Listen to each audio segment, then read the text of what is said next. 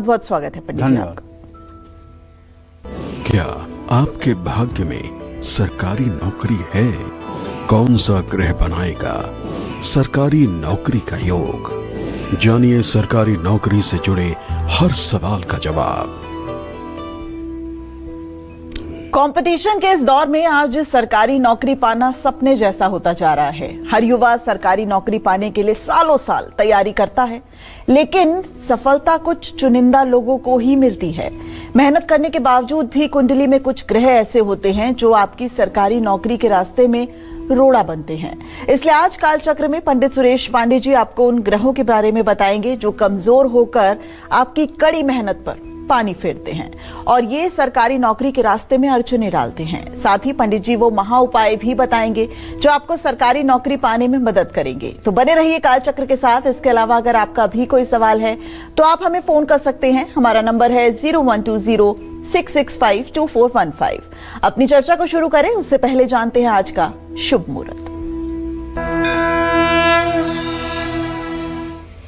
आज 25 दिसंबर 2025 दिन गुरुवार है। आज पौष शुक्ल पक्ष की पंचमी तिथि दोपहर 1:42 तक, इसके बाद छठ तिथि शुरू होगी। सुबह 8:18 के बाद से इस समय शतभिषा नक्षत्र शुरू हो चुका है। वज्र योग दोपहर 3:14 तक, इसके बाद सिद्ध योग शुरू होगा। आज स्कंध षष्ठी है और आज रवि योग बना हुआ है। इसी क्रम में रोज की तरह आज के भी कुछ अशुभ मुहूर्त हैं, जैसे राहु काल दोपहर 1:30 बजे से 3 बजे तक, गुलिक काल सुबह 9:46 से सुबह 11:04 तक। इन अशुभ समयों में किसी नए कार्य का शुभारंभ नहीं करना चाहिए और दक्षिण दिशा की यात्रा भी हो सके तो न करें। जय मां विंध्यवासिनी। हमारी और आपकी जानकारी में ऐसे कई लोग हैं जो टैलेंटेड तो हैं, लेकिन सरकारी नौकरी के लिए एकदम सुटेबल कैंडिडेट भी हैं। बावजूद इसके वो सरकारी नौकरी हासिल नहीं कर पाते। तो सबसे पहले पंडित जी से जानेंगे कि आखिर कुंडली के किन ग्रहों की वजह से सरकारी नौकरी मिलने में आसानी होती है, साथ ही हमारी किन गलतियों की वजह से हमें सरकारी नौकरी मिलने में अड़चन आ जाती है। पंडित जी बताइए। देखो दिव्या, ये प्रश्न काफी जटिल है। ग्रहा राज्यम प्रयक्षन्तिम ग्रहा राज्यम हरंत च ग्रहिर्व्याप्तम इदम सर्व त्रैलोक्य सचराचरम। जब से ये सृष्टि बनी है और जब तक ये सृष्टि रहेगी तब तक ग्रहों का प्रभुत्व इस चराचर जगत पर विद्यमान रहेगा। ग्रह नक्षत्र जो है ये मनुष्य के क्षण क्षण प्रतिक्षण जीवन को प्रभावित करते हैं, प्रतिक्षण जीवन को प्रभावित करते हैं। जैसे पृथ्वी का गुरुत्वाकर्षण, चंद्रमा का गुरुत्वाकर्षण जहां पर एक जैसा हो जाता है वहां कोई चीज जाकर अटक जाती है, फिर वहां से न वो नीचे गिरती है न ऊपर जाती है। जहां दोनों का केंद्र बिंदु होता है गुरुत्वाकर्षण का, उसी तरह से जब आदमी भौतिक जीवन से आध्यात्मिक जीवन की तरफ प्रयाण करता है और भगवान की पूर्ण शरणागति ले लेता है और यहां तक भूल जाता है कि मैं कौन हूं। एक उसे नंदलाल ही समझ में आते हैं कि एक वही है, बाकी मेरा भी कोई अस्तित्व नहीं। एक राम ही है, उन्हीं का अस्तित्व है, मेरा नहीं। एक शिव ही है, उनका अस्तित्व है, मेरा नहीं। तब इन ग्रहों का प्रभाव उसके ऊपर से खत्म हो जाता है। लेकिन जब तक ये बोध है मैं हूं, I am responsible, this is my duty, I am अमुक, ठीक है, जब तक ये भाव है तब तक ग्रहों की पल प्रतिपल स्थिति आपके जीवन को प्रभावित करेगी। अब ज्योतिष शास्त्र क्या है? ज्योतिष शास्त्र ऐसा कोई मतलब की चीज नहीं है कि जिसे आप अजूबा कहें। ज्योतिष शास्त्र के 3 अंग हैं। सिद्धांत, संहिता, होरा। सिद्धांत वो है जो गणित है, जैसे सूर्योदय कब होगा, सूर्यास्त कब होगा, ये गणित है। तिथि गुणितम रजनी परिमाणम यम रहितम शीतपक्ष विमिश्रम बाण शशांक विभाजित अलब्धम प्रतिवासर चंद्रोदय चास्तम, ये चंद्रमा के उदय अस्त का है। उसी तरह से जैसे सूर्योदय निकालना है, अनादि वासर राम हता गगनानल बाण शशांक युता परिभाजित शून्य रसई घटिका मकरादि दिनम करकादि निशा, उसमें दिनमान में 5 का भाग देने से सूर्यास्त आ जाता है, रात्रिमान में 5 का भाग देने से सूर्योदय आ जाता है। तो सिद्धांत के अंदर तिथियों का, नक्षत्रों का, योग का, करण का, तिथि का मान और कब सूर्य ग्रहण चंद्र ग्रहण होगा और कब अधिक मास लगेगा, कब मतलब कि जो है 6 मास होगा, इसका निर्धारण जो होता है वो सिद्धांत से होता है। और अटक से कटक तक, पूरब से पश्चिम तक, पूरे विश्व में जहां भी ज्योतिष की जाती है वहां एक ही फार्मूले को अपनाया जाता है। इसके लिए सबसे प्रामाणिक ग्रंथ हमारे सनातन धर्म में सूर्य सिद्धांत है। सूर्य सिद्धांत सबसे प्रामाणिक ग्रंथ है। तो ज्योतिष के इस पाठ पर तो कोई उंगली उठा ही नहीं सकता, क्योंकि ये जैसे 2 में 2 का गुणा करने से 4 होता है, उसी तरह से ये मतलब कि एकदम एक सिद्धांत और सूत्र के तहत है जिसको कोई परिवर्तित नहीं कर सकता। चाहे वो ग्रहों का स्पष्टीकरण हो, चाहे वो चंद्रमा का स्पष्टीकरण हो, चाहे सूर्य का स्पष्टीकरण हो, सिद्धांत सिद्धांत है कुल मिला के ये। दूसरी बात आती है संहिता, जिसका मैं दावे के साथ कहता हूं आज 1% लोगों को भी, 1% ज्योतिषियों को भी ज्ञान नहीं है, लेकिन सब ज्ञान बघारते हैं। वो संहिता क्या है? संहिता है संपूर्ण विश्व पर आने वाली आपदा विपदा सुख दुख का ब्यौरा, ये संहिता है। इसको कैसे जानते हैं? इसको जानने के लिए हमारे यहाँ वाराही संहिता जैसे संहिता के तमाम ग्रंथ हैं। रात में नक्षत्रों को देख करके, नक्षत्रों के गति को देख करके, इंद्रधनुष को देख करके, हवा के चलने के रुख को देख करके, सारी चीजों का सामंजस्य करके तब संहिता का निर्धारण होता है। संहिता से क्या जाना जाता है? भूकंप कब आएगा, बाढ़ कब होगी, अनावृष्टि कब होगी, और या मतलब कि युद्ध कब होगा, या रक्तपात कब होगा, या भूखमरी कब आएगी, या दुर्घटनाएं कब होंगी, या आग से ज्यादा प्रभाव कब पड़ेगा, या जल से कैसे स्थिति खराब होगी, ये संहिता के अंतर्गत आता है। देखो, मैं इसलिए कह रहा हूं कि जो चीज आपके दुकान में कभी न बिकेगी वो चीज आप अपने दुकान में रखोगी क्यों? सीधी सीधी बात है।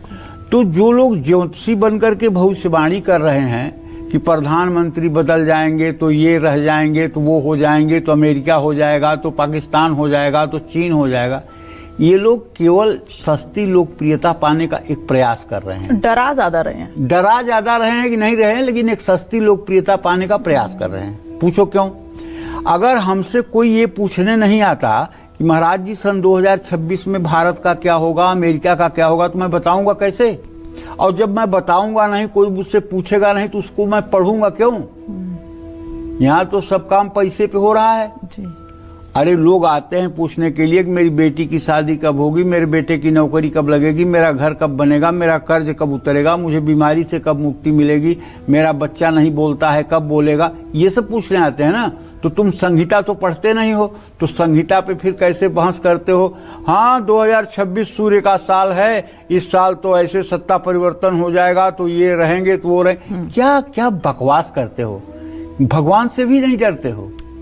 1 मिनट के लिए भगवान से भी डर नहीं लगता है? अब मंगल राशि परिवर्तन कर रहा है, 5 राशि वालों के ऊपर धन बरसाएगा, ये करेगा, वो कर, मतलब कितना बहुबात, मतलब सुन करके दिमाग फटता है। ये लोग ज्योतिष के इज्जत को एकदम धूल धूसरित करना चाहते हैं। ज्योतिष की जो एक मर्यादा है, ज्योतिष की जो एक साख है जनता के निगाह में, उसको ये लोग सोशल मीडिया पर व्यूज पाने के बहाने एकदम धूल धूसरित कर रहे हैं। लेकिन कोई बात नहीं, जनता इनके झूठ को समझेगी, आज नहीं तो कल इनको पहचानेगी। और अब लोग पॉडकास्ट करने वाले निकल गए हैं कि एक हवा और पैनिक फैला करके हम व्यूज पा जाएंगे, उससे हमको पैसा मिल जाएगा। तो कहने का आशय ये है कि जब हम जन्म लेते हैं, अब इसमें भी एक बात समझो, जैसे लोग कह रहे हैं कि सूर्य का साल है, सूर्य का साल है, 2026 के लिए बड़ा हल्ला मच रहा है, सूर्य का साल है। सूर्य का साल कैसे है? 2026 को टोटल जोड़ने पर 1 आता है, 10 आता है, 10 का मूलांक 1 होता है। 1 का अधिपति सूर्य है, इसलिए कहते हैं सूर्य का साल है। अच्छा। मैं पूछता हूं दिव्या कि किसी भी व्यक्ति का मान लो 19 तारीख को जन्म हुआ तो उसका मूलांक 1 होगा, और ट्विंस बच्चे पैदा हुए 2, एक लड़की और एक लड़का, दोनों एक साथ 10 मिनट के अंदर में पैदा हुए या 5 मिनट के अंदर में पैदा हुए, क्या दोनों का जीवन एक जैसा रहेगा? क्या दोनों के जीवन के सुख दुख एक जैसे रहेंगे? बिल्कुल नहीं। क्या दोनों का विवाह शादी एक समय पर होगा? क्या दोनों की एजुकेशन एक जैसी होगी? क्या दोनों के बच्चे एक जैसे होंगे? नहीं ना। अगर ये 2 बच्चों में सिमिलरिटी नहीं है तो हम कैसे मान लें कि तुम्हारा 1 नंबर जो है काम करेगा? हम कैसे मान लें न्यूमरोलॉजी को? अगर ये संवत, ये सन 2026 चल रहा है, अगर ये 2 साल बाद लागू हुआ होता तब ये किसका साल होता? और 5 साल पहले चालू हुआ होता तब ये साल किसका होता? सोचने वाली बात है जी। इसके लिए हमारे शास्त्रों में कहा गया है कि जब जन्म कुंडली बनती है, 2 लड़कों की जन्म कुंडली एक जैसी ही होती है और दोनों के जीवन के घटनाक्रम में बहुत अंतर होता है, तो उस समय जो जुड़वा बच्चे पैदा होते हैं, ज्योतिषी को चाहिए कि उसका निषेक साधन करें। निषेक कहते हैं गर्भ साधन को, गर्भ साधन करे। गर्भ साधन कहते हैं कि जैसे एक अंडा महिला के अंदर निकला और उस पर सेचन हुआ और फिर 3 दिन बाद दोनों ने मतलब कि संबंध बनाया, फिर तीसरे दिन दूसरा अंडा आ गया, उस पर भी सेचन हुआ तो दूसरा बच्चा भी आ गया, तो ये जुड़वा बच्चे हो गए। ठीक है, दोनों के गर्भधारण में 3 दिन 4 दिन 5 दिन का अंतर है। गर्भ मोक्ष भले एक साथ हो रहा है, तो जब निषेक कुंडली बनेगी, दोनों की गर्भाधान कुंडली बनेगी, तो दोनों में 3 दिन 4 दिन का अंतर आ जाएगा और गर्भाधान कुंडली के जो ग्रहों की स्थिति होगी उसके अनुसार से वही घटनाएं घटित होंगी जो गर्भाधान कुंडली फलादेश करेगी। अब इसकी तो जानकारी है नहीं। निषेक कुंडली बनाने के लिए, गर्भाधान कुंडली बनाने के लिए कह दो तो पैर फूल जाएगा, हाथ फूल जाएगा। केवल लैपटॉप पे जितना काम आता है बटन दबा करके कर लें। जब गणित करना पड़ेगा, जब जोड़ना घटाना पड़ेगा, जब गौमूत्रिका साधन करना पड़ेगा, तब हाथ पैर फूल जाएंगे कि आप तो यहाँ तो कोई जवाब ही नहीं है। तो कहने का आशय ये है कि जब मनुष्य सामान्य जीवन जी रहा होता है तो उसके ऊपर ग्रहों का क्षण प्रतिक्षण प्रभाव पड़ता है। इसी से हम डिसाइड कर पाते हैं कि किस व्यक्ति को कौन से प्रोफेशन में जाना चाहिए। लेकिन चाहे वो कितने भी अच्छे कर्म कर ले, प्रभाव पड़ेगा नहीं। कर्म की व्याख्या यहाँ 2 प्रकार से है। कर्म की बात, कर्म प्रधान विश्व करी राखा, जो जस करिए सो तस फल चाखा। कर्म का मतलब यहाँ है पुरुषार्थ से नहीं, कर्म का मतलब यहाँ भाग्य से भी है। जैसी हो तब्यता वैसी लगे सहाय, ताही न आवे ताही पर ताही तहां लई जाए। कहने का मतलब ऐसे है कि जैसे कोई बच्चा बहुत ब्रिलियंट पढ़ने में है, ठीक है, लेकिन उसका सूर्य ग्रह खराब है। अब सूर्य ग्रह अगर उसका दूषित है, खराब है, तो बच्चा इंटेलिजेंट तो है, 100 में 100 नंबर करने वाला है, लेकिन जिस दिन उसका टाइम टेबल आ जाएगा एग्जाम का, उस दिन से उसके मन में एक भय पैदा हो जाएगा कि अरे अब तो एग्जाम आने वाला है, मेरी ये तैयारी नहीं हुई है, मेरी वो तैयारी नहीं हुई है, मैं तो यहाँ कमजोर हूँ, मैं तो वहाँ कमजोर हूँ। वो अपने तमाम नकारात्मक पक्ष को मन में सोच सोच कर डिप्रेस हो जाएगा और बीमार होना शुरू होगा और एग्जामिनेशन के डेट तक वो बीमार हो जाएगा और यहाँ तक कि वो पेपर को देखकर उसका दिमाग ब्लैंक हो जाएगा और कुछ नहीं कर पाएगा। ये सूर्य की खराबी का परिणाम है। चंद्रमा की खराबी का परिणाम है। केतु, शनि, राहु, मंगल के साथ चंद्रमा हो गया तो ऐसा बच्चा आता जाता तो उसको सब कुछ है, लेकिन जब पेपर देखेगा तो यहाँ का जवाब वहां, वहां का जवाब वहां कर देगा, क्योंकि प्लानर पॉइंट का मालिक चंद्रमा है। इसी तरह से सारे ग्रहों का प्रभाव पड़ता है। जैसे आपने पढ़ा खूब, सारा पेज आपको याद हो गया, लेकिन दूसरे दिन जब आपको याद करना है तो सब भूल गए। इसका मतलब बुध ग्रह आपकी कुंडली में अस्त है। बुधे न बुद्धि सदनर्थ संस्था, ये बुद्धि का ग्रह है और ये अस्त है, इसलिए आपको मेमोरी पावर कमजोर है, भूलने की बीमारी है। तो दूसरा कर्म ये होता है साधना। दूसरा कर्म ये होता है साधना। अगर हमने साधना उच्च कोटि की कर ली, राम कृष्ण हरि दुर्गा किसी की साधना में यदि हमने तन्मयता बनाया और ध्यान करना हमने शुरू किया, मेडिटेशन करना शुरू किया, तो फिर एक जो अंतर ज्वाला जागृत होती है वो हर परिस्थितियों में व्यक्ति को सफलता देती है। स्वामी विवेकानंद ने अपने जीवनी में लिखा कि अगर मैं जानता कि ध्यान में इतनी ताकत होती है तो सबसे पहले मैं ध्यान करके अपने को योग सिद्ध करता और उसके बाद 1 साल के अंदर ही पूरी दुनिया की पढ़ाई कर लेता। तो कहने का आशय हमारी ये है कि सरकारी नौकरी पाने का प्रयास तो आप सभी लोग करते हैं। आज वो स्थिति है ना कि जैसे नारद जी जाकर के विश्वमोहिनी के स्वयंवर में बंदर का मुंह लगा के बैठ गए और जिधर जिधर विश्वमोहिनी जाती थी उधर उधर नारद जाकर के बैठ जाते थे कि अब माला मेरे गले में पड़ेगी, अब माला मेरे गले में पड़ेगी। उसी तरह से आज हर आदमी नारद की तरह बंदर का मुंह लगा करके और सरकारी नौकरी जिधर जिधर है उधर उधर घूम रहा है कि अब ये सरकारी नौकरी मुझे ही मिलेगी। अरे 142 करोड़ का देश, केवल 2 करोड़ लोगों को सरकारी नौकरी है, बाकी 140 करोड़ लोग सरकारी नौकरी में नहीं हैं। तो इतना थोड़ी है कि सबको सरकारी नौकरी मिल जाएगी। लेकिन हाँ, अगर कोई ज्योतिषी के पास कोई आता है पूछने के लिए तो ज्योतिषी का पहला कर्तव्य होता है, जितना मैं ज्योतिष जानता हूं, अगर आपको लगे कि गलत बोल रहा हूं तो आप जरूर टेलीविजन पे फोन करके भी कहिए कि पंडित जी आप ये गलत कह रहे हैं। दशम और तृतीय 2 भावों का मूल्यांकन करिए। यदि दोनों के भावेश मजबूत स्थिति में हैं, अच्छे नवांश में हैं, तो ऐसे जातक की आजीविका निसंदेह बहुत अच्छी होगी। और अगर दोनों भाव का स्वामी अस्त, पीड़ित, पापग्रह से विक्षिप्त है तो ऐसा जातक जिंदगी भर रगड़ कर मर जाएगा, लेकिन उसकी आजीविका कभी ठीक नहीं होगी। हाँ, भाग्य से भी सरकारी नौकरी मिलती है, मैंने देखा है।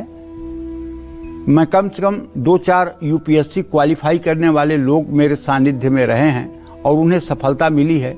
उनकी जन्म कुंडलियों को अध्ययन करने का मुझे मौका मिला है। उसमें हमने देखा है कि या तो सूर्य और मंगल उच्च के नवांशक में हो जाते हैं या तो भाग्येश उच्च के नवांशक में हो जाता है।